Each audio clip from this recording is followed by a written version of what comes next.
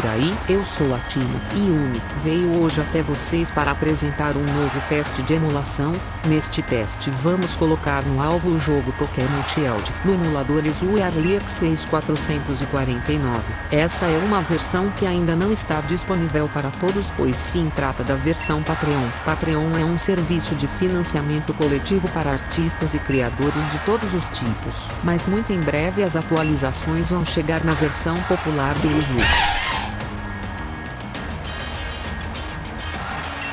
Pokémon Shield no emulador Yuzu. Antes de entrar na parte do desempenho do emulador em questão, vamos contar um pouco da origem deste jogo, e na minha opinião, um jogo fantástico da Nintendo. Apesar de tropeços, Pokémon chega a alta definição com a melhor geração desde os tempos do DS, a uma distância segura. É fácil apontar o dedo para todos os tropeços e oportunidades perdidas de um novo jogo Pokémon, como ponta de lança para aquela que é literalmente a maior franquia do entretenimento mundial. A linha de RPGs parece estar sempre operando abaixo de seu real potencial, sempre perseguindo as expectativas dos fãs, e não ditando o próprio ritmo conforme avança. Novidades celebradas em um capítulo específico da série desaparecem no seguinte, e pedidos que a comunidade faz há anos continuam ignorados. Cada nova geração acompanha também uma nova lista de concessões, a uma distância segura. Porém, também é fácil esquecer de como os primeiros jogos de uma nova geração de Pokémon sempre compensam cada grande erro com dúzias de pequenos acertos, coisas que tomamos por garantidas, como o prazer de entrar na grama alta e ser surpreendido por um monstrinho completamente desconhecido, que foi concebido com esmero suficiente para, em instantes, fazer por merecer seu lugar ao lado de outras criaturinhas colecionáveis que já amamos há mais de 2 décadas. Pokémon Sword e Shield existem neste estranho limbo entre o decepcionante e o apaixonante. Por vezes, os jogos podem parecer desleixados, mas as aparências enganam. Calculista, a série se dá ao luxo de errar onde pode, porque sempre acerta onde realmente importa. A nova região do mundo de Pokémon a ser explorada em Sword e Shield chama-se Galar. Inspirado pelo Reino Unido, o novo mapa é o mais impressionante de toda a série, resultado direto da tardia, porém bem-vinda, transição da série para o universo da alta definição. Diferente de Alola, que era dividida em ilhas no 3DS, Galar passa a impressão de ser um único mundo coeso. Cidades e pontos de interesse que o jogador só vai visitar dali a várias horas podem ser vistos no horizonte logo no início da jornada, por exemplo. É evidente, porém, que a equipe de desenvolvimento precisou sacrificar certos aspectos técnicos do jogo para criar tamanha escala. A resolução dos gráficos sofre visivelmente quando o Switch está no modo portátil, e a performance tropeça em vários momentos durante a exploração, principalmente quando efeitos climáticos e grandes grupos de monstrinhos se misturam na tela ao mesmo tempo. Felizmente, as cenas de batalha foram poupadas dos problemas de performance, mas, mesmo com tantas ressalvas, a apresentação de Sword e Shield consegue impressionar, especialmente considerando o salto em relação a Sun e Moon. As paisagens do jogo são das mais diversas: colinas esverdeadas, castelos medievais, picos gélidos, cidades industriais e túneis lotados de pedras preciosas são algumas das surpresas que aguardam e agradam quem explora a região. E enquanto o assunto é a escala da aventura, convém mencionar a Yunarea, conjuntos de enormes zonas abertas tomadas por vida selvagem que compõem a maior novidade que Sword e Shield oferecem. Nestas áreas, pela primeira vez na série, o jogador é capaz de controlar livremente a câmera, algo que parece banal relativo a todo o resto da indústria, mas que representa uma pequena revolução para o mundo de Pokémon.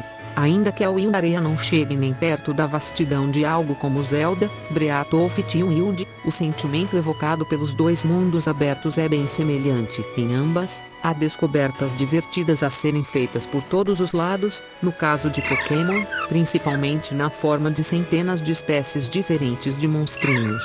A lista de Pokémon selvagens que aparecem pelo mapa não só é enorme, como também muda de acordo com fatores como o clima. Assim, até mesmo áreas que o jogador já visitou podem esconder surpresas em outros horários. Um enorme trecho da Wildarea já pode ser explorado antes mesmo do primeiro ginásio da aventura. Isso é marcante porque permite que os jogadores experimentem com uma tonelada de potenciais configurações para seu time de monstrinhos logo de cara, algo inédito na série.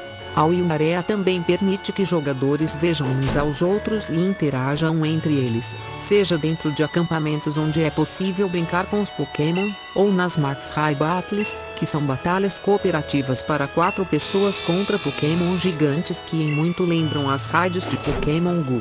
Tais batalhas parecem bobas a princípio, pois as mais fáceis podem ser vencidas mesmo ao lado de treinadores virtuais controlados pelo computador. Mas o novo modo brilha quando entram em campo as raids de níveis de dificuldade 4 ou 5 estrelas, que são capazes de desafiar até mesmo times de 4 jogadores veteranos de carne e osso. Os Pokémon gigantes guardam várias surpresas nas mangas, como ataques especiais e escudos, e as recompensas justificam o esforço necessário para vencê-los. A outra grande novidade de Pokémon Sword e Shield é justamente a existência dos Pokémon gigantes. Por influência de um fenômeno misterioso que incide apenas sobre a região de Galar, os monstrinhos são capazes de ganhar proporções de Godzilla em determinadas circunstâncias, como em Max High Battles ou em desafios contra líderes de ginásio. Chamada de Dynamax, a mecânica herda e combina aspectos das Mega Evoluções da geração 6 e dos Z-Moves da geração 7. Apesar de ser divisivo em termos estéticos, o sistema é melhor que seus predecessores por 2 motivos. O primeiro é o fato de que todos os Pokémon podem usufruir da novidade, até mesmo o Caterpie pode ficar gigante, ainda que só alguns monstrinhos mudem de aparência quando ficam gigantes. O segundo, e mais importante, é justamente o fato de que a mecânica só pode ser ativada em momentos especiais. Assim, ela acaba mantendo seu charme ao longo de toda a aventura, e evita a banalização. Por fim, é importante ressaltar que Pokémon Sword e Shield são jogos que têm noção de que servirão como porta de entrada, ou reentrada, para muita gente na série. Assim, ele elimina vários dos fatores que dificultavam a vida de iniciantes em capítulos anteriores. Um exemplo evidente é o fim dos encontros aleatórios contra monstrinhos selvagens, mas há vários outros que não são tão óbvios em um primeiro momento, como sistemas que facilitam o cruzamento e o treinamento de Pokémon pensados para disputas competitivas. Sword e Shield não são experiências Pokémon tão completas quanto os jogos da era DS, mas talvez representem o passo mais importante que a série já deu até hoje. Foi uma caminhada longa e difícil, mas a última grande franquia dos games que ainda estava para trás finalmente completou a transição para a alta definição, e começamos com o pé direito.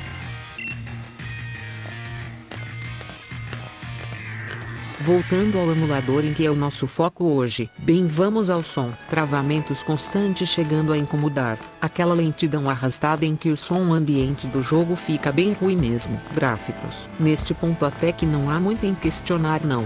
Fica claro que o emulador faz sua emulação quase que nota 8.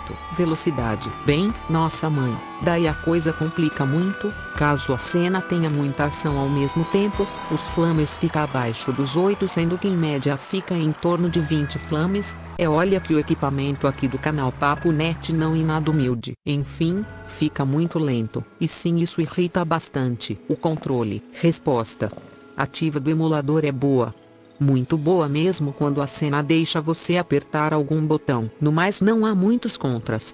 Contra com o controle. No geral, não é hora de jogar Pokémon Shield no emulador Yuzu. Além do resumo final, fica uma informação valiosa deste teste, e que o emulador do nada fecha várias vezes em 10 minutos. Como já disse, não é hora de passar raiva com esse jogo no emulador. Bem, vou ficando por aqui, mas não esqueça de se inscreva-se no canal Papo Net, ative o sininho, deixe seu like, continue na gameplay até o fim e faça sua própria análise. Eu sou a Tina Yumi e você está assistindo a Serie. do canal Papo Net Informação e Emulador. Até o próximo vídeo.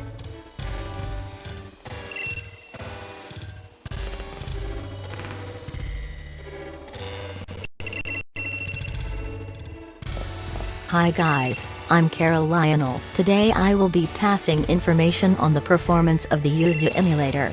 Here in the series info and emulator, series of the Paponet channel, Pokemon Shield. Yuzu emulator is now recording your game. Before entering the performance part of the emulator in question, let's tell you a little bit about the origin of this fantastic Nintendo game. Despite stumbling blocks, Pokemon arrives in high definition with the best generation since the days of DS. Returning to the emulator that is our focus today, we are using in this test a version of the Yuzu Patron emulator. Patron is a crowdfunding service for artists and apostrophe creators apostrophe of all types. This is a pay version, but very soon the updates will arrive in the popular version. Well, let's start by talking about sound in emulation. Constant crashes getting to bother. That dragged slowness in which the game's ambient sound is really bad. Graphics. At this point, until there is not much questioning, it is clear that the emulator makes its emulation almost Note 8. Velocity. Good, our mother,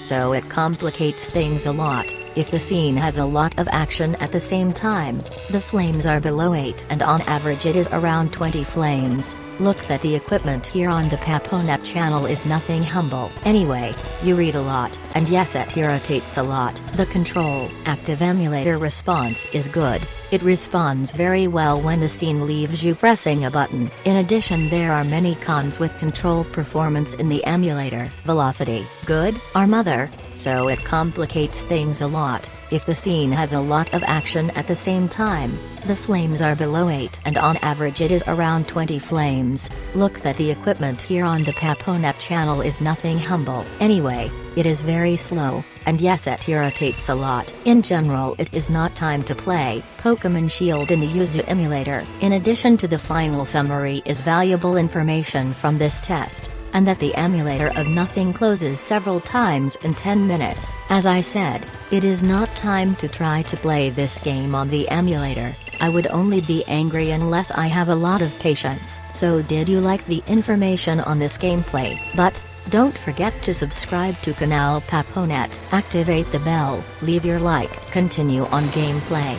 Until the end is to do your own analysis. I'm Carol Lionel and you're with me analyzing the performance of the Yuzu emulator in the game Pokemon Shield, the series. From the Paponet info and emulator channel, it will end here. Until the next video, at a safe distance. It's easy to point your finger at all the missteps and missed opportunities of a new Pokemon game. As a spearhead for what is literally the biggest entertainment franchise in the world, the RPG lineup seems to always operate below its real potential, always chasing fan expectations, and not dictating its own pace as it progresses. News celebrated in a specific chapter of the series disappears in the next, and requests that the community has made for years remain ignored. Each new generation also comes with a new list of concessions. At a safe distance, however, it's also easy to forget how the first games of a new generation of Pokemon always make up for every big mistake with dozens of small hits. Things we take for granted,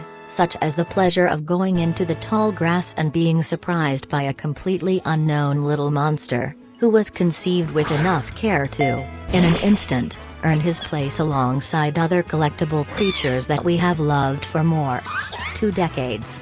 Pokemon Sword and Shield exist in this strange limbo between the disappointing and the passionate. Games can sometimes seem sloppy, but appearances can be deceiving. Calculating. The series has the luxury of making mistakes where it can, because it always gets it right where it really matters. The new region of the Pokemon world to be explored in Sword and Shield is called Galar. Inspired by the United Kingdom, the new map is the most impressive of the entire series, a direct result of the late, but welcome, transition from the series to the high-definition universe. Unlike Alola, which was divided into islands in the 3DS, Galar seems to be a single cohesive world. Cities and points of interest that the player will only visit in several hours can be seen on the horizon at the beginning of the journey, for example.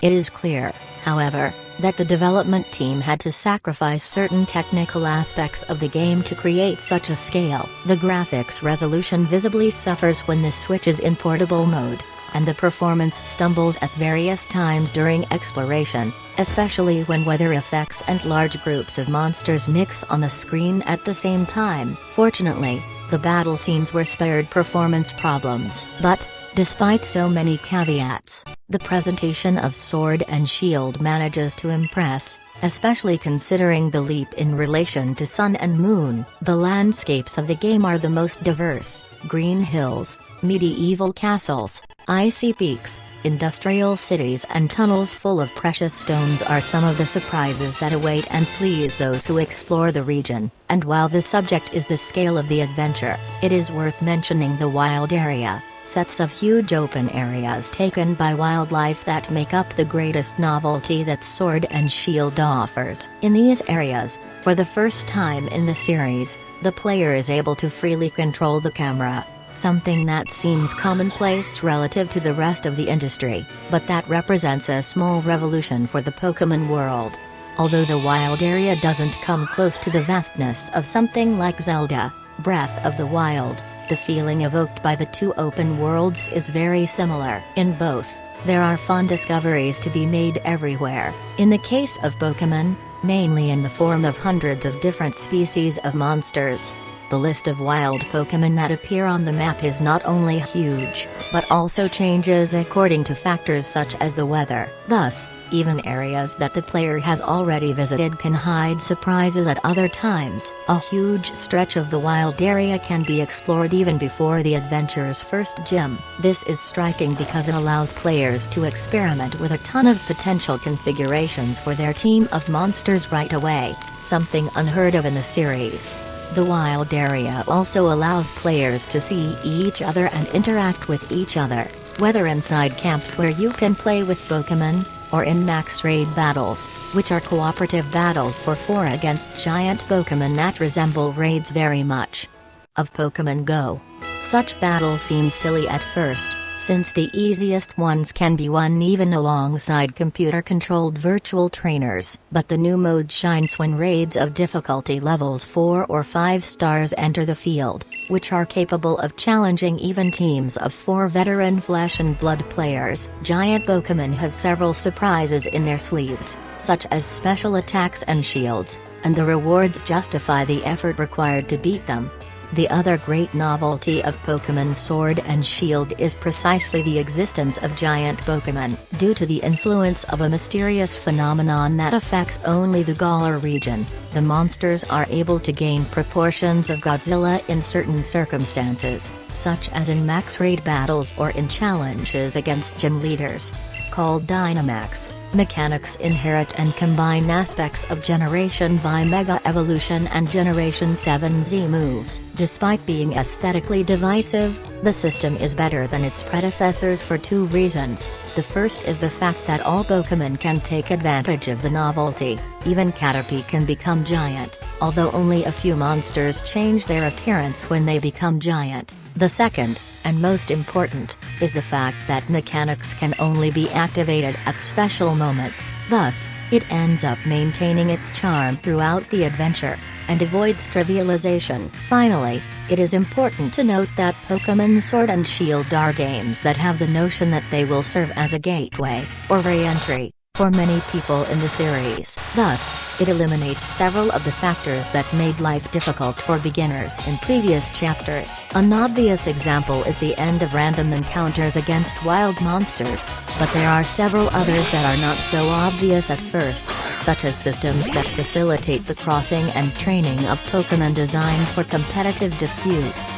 Sword and Shield are not as complete Pokémon experiences as DS-era games, but perhaps they represent the most important step the series has taken to date. It was a long and difficult journey, but the last major game franchise that was still behind has finally completed the transition to high definition, and we started on the right foot.